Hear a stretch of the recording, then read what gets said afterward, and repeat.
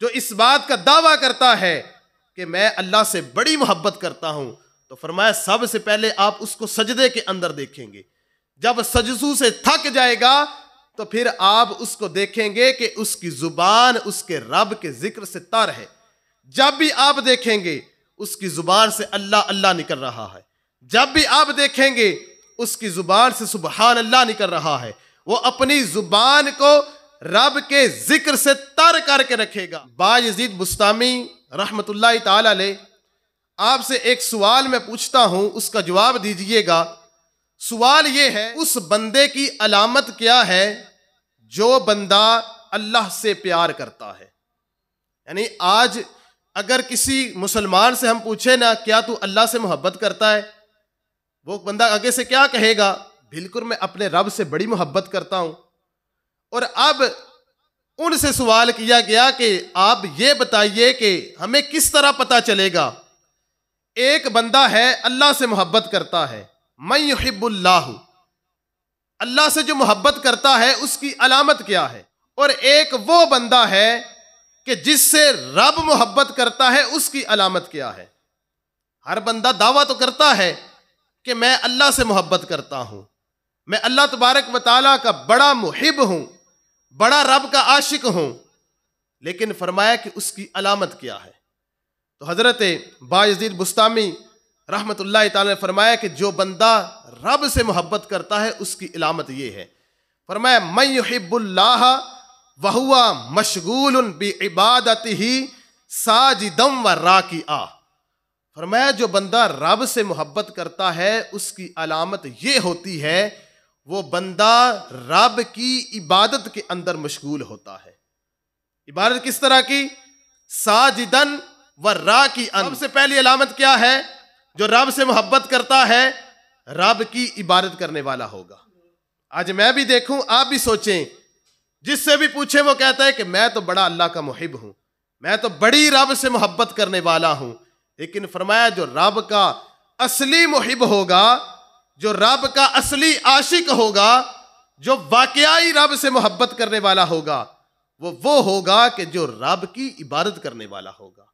जिसको देखे वो रब के सामने अपनी पेशानी को झुका रहा है, नमाज अदा कर रहा है, सजदे कर रहा है, रुकू कर रहा है, तो समझ जाओ कि वो बंदा रब से मोहब्बत करने वाला है। और आज हम क्या है, दावे तो हमारे बड़े हैं कि मैं रब से बड़ी मोहब्बत करता हूं, लेकिन ना कभी देखा नमाज पढ़ते, ना कभी देखा रोजे रखते हुए, ना कभी सजदे के अंदर देखा, ना कभी रुकू के अंदर देखा।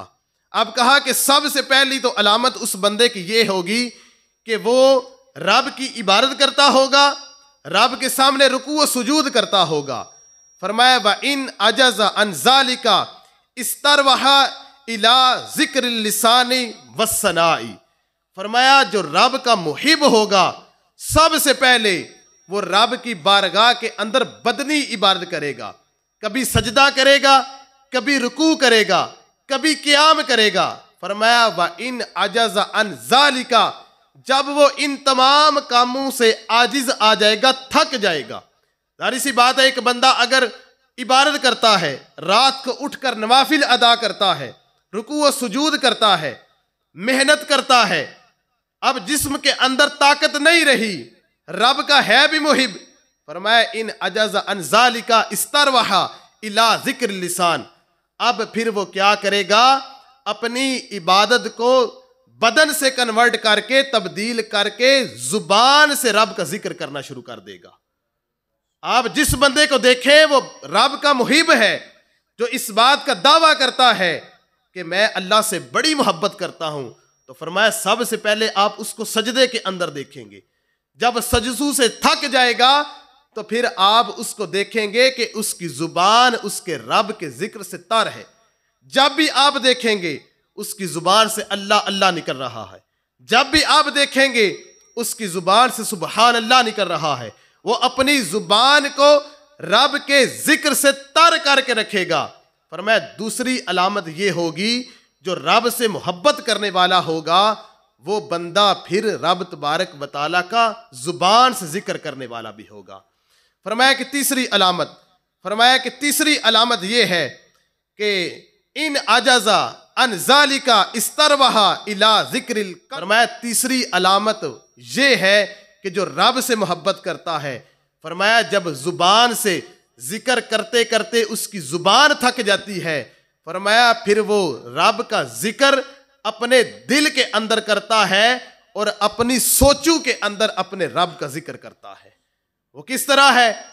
बैठा है मस्जिद के अंदर, अब दिल के अंदर जिक्र किस तरह कर रहा है? पहले मस्जिद के अंदर आया, नमाज पढ़ता रहा, नमाज पढ़ के जब थक गया, फिर रब का जो मुहिब होगा वो अपनी जुबान से रब का जिक्र करेगा। जब रब का मुहिब अपनी जुबान से थक जाएगा, फिर उसके बाद क्या करेगा? अपने दिल के अंदर अपने रब का जिक्र करेगा। अब गौर फिक्र करेगा कि मैं अपने रब का गुनहगार बंदा हूं, मैं कितना सियाहकार हूं, मैं कितना नाफरमान हूं, मेरे रब का मुझ पर कितना बड़ा करम हुआ कि मैं बिस्तर के ऊपर लेटा था, मेरे रब ने मुझे बिस्तर से उठाया, अपनी बारगाह में मुझे सजदा की तौफीक दी, रुकू करने की तौफीक दी। जब मैं सजदा और रुकू से थक गया, फिर मेरे रब का मुझ पर यह करम हुआ कि मैं अपनी जुबान से अपने रब का जिक्र करने लगा। जब मैं अपनी जुबान से थक गया, अब मुझ पर मेरे रब का यह कर्म हुआ कि मैं अपने दिल के अंदर अपने रब को याद कर रहा हूं, अपने रब को अपने दिल के अंदर, अपने दिमाग के अंदर हाजिर कर रहा हूं कि मालिक तू कितना रहीम है, तू कितना करीम है। हजरत बायजीद बुस्तामी फरमाते हैं कि वो बंदा कि जो रब से मोहब्बत करने वाला है, उसकी सबसे पहली अलामत यह है कि वो रुकू व सुजूद करता है। दूसरी अलामत यह है जब रुकू व सुजूद से थक जाता है, अपनी जुबान को रब के जिक्र के अंदर लगा देता है। जब दूसरी अलामत से भी थक जाता है, जिक्र कर करके उसकी जुबान थक जाती है, फरमाया अब दिल के अंदर अपने रब को हाजिर कर लेता है और दिल के अंदर अपने रब का जिक्र करता रहता है।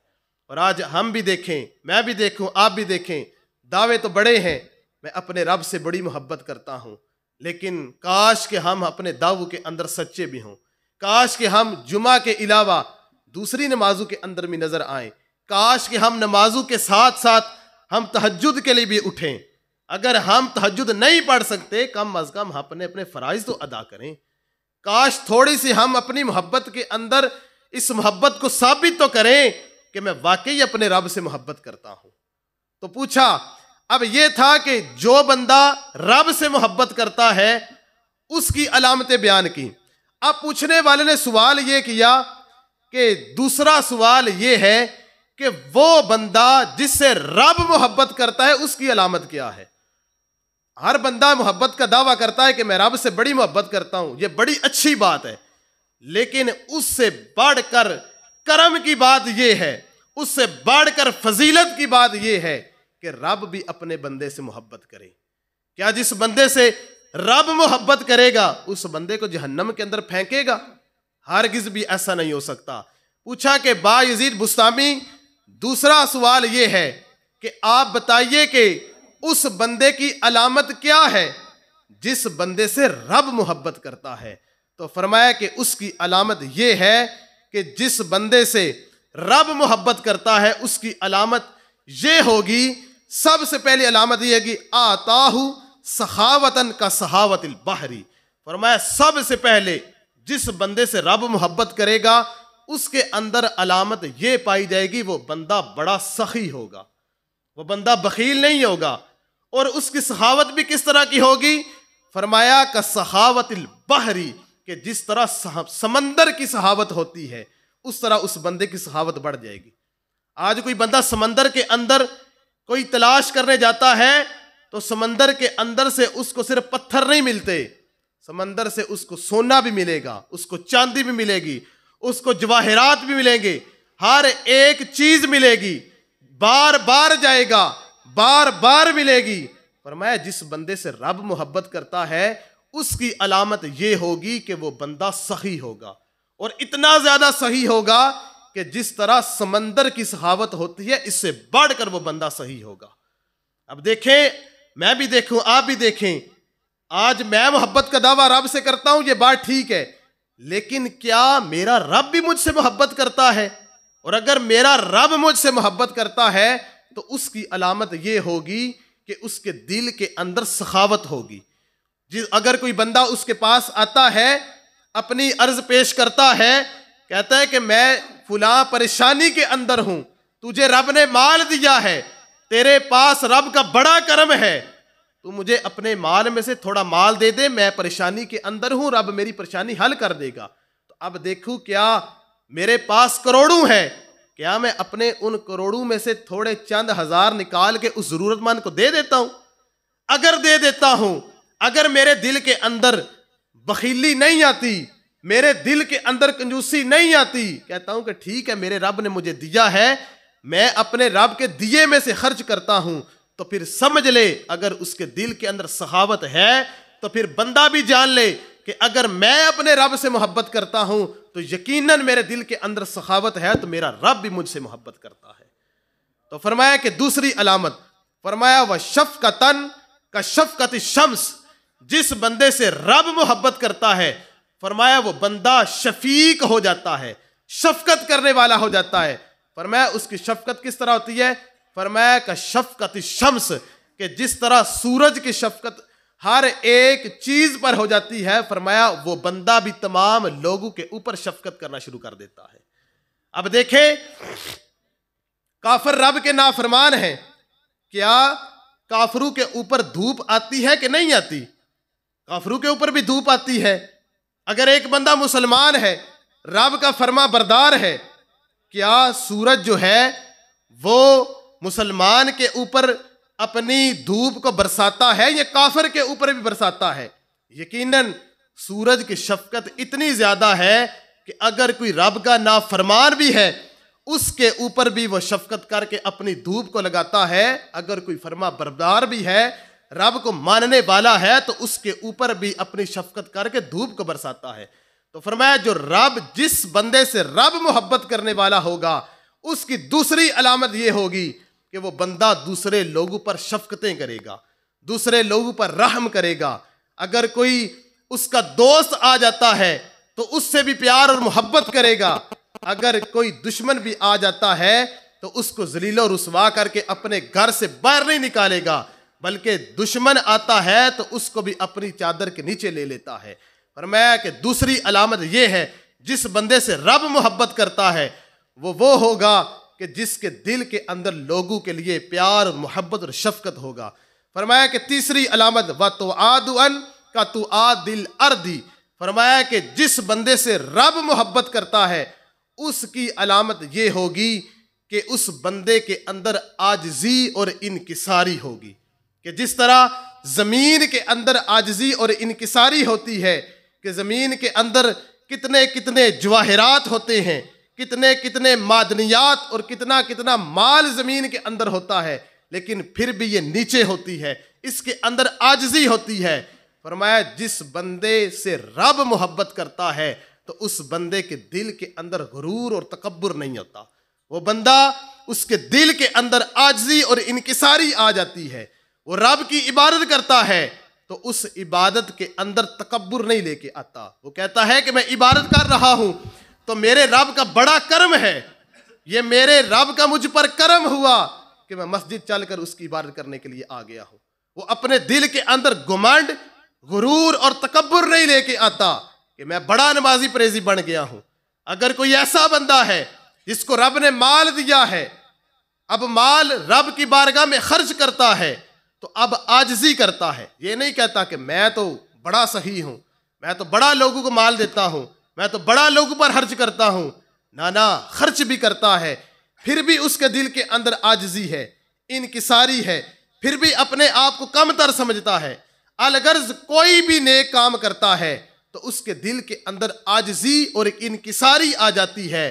तो फरमाया जिसके दिल के अंदर आजिजी और इनकिसारी होती है तो वह बंदा समझ जाए कि उसका रब उस बंदे से मोहब्बत करता है।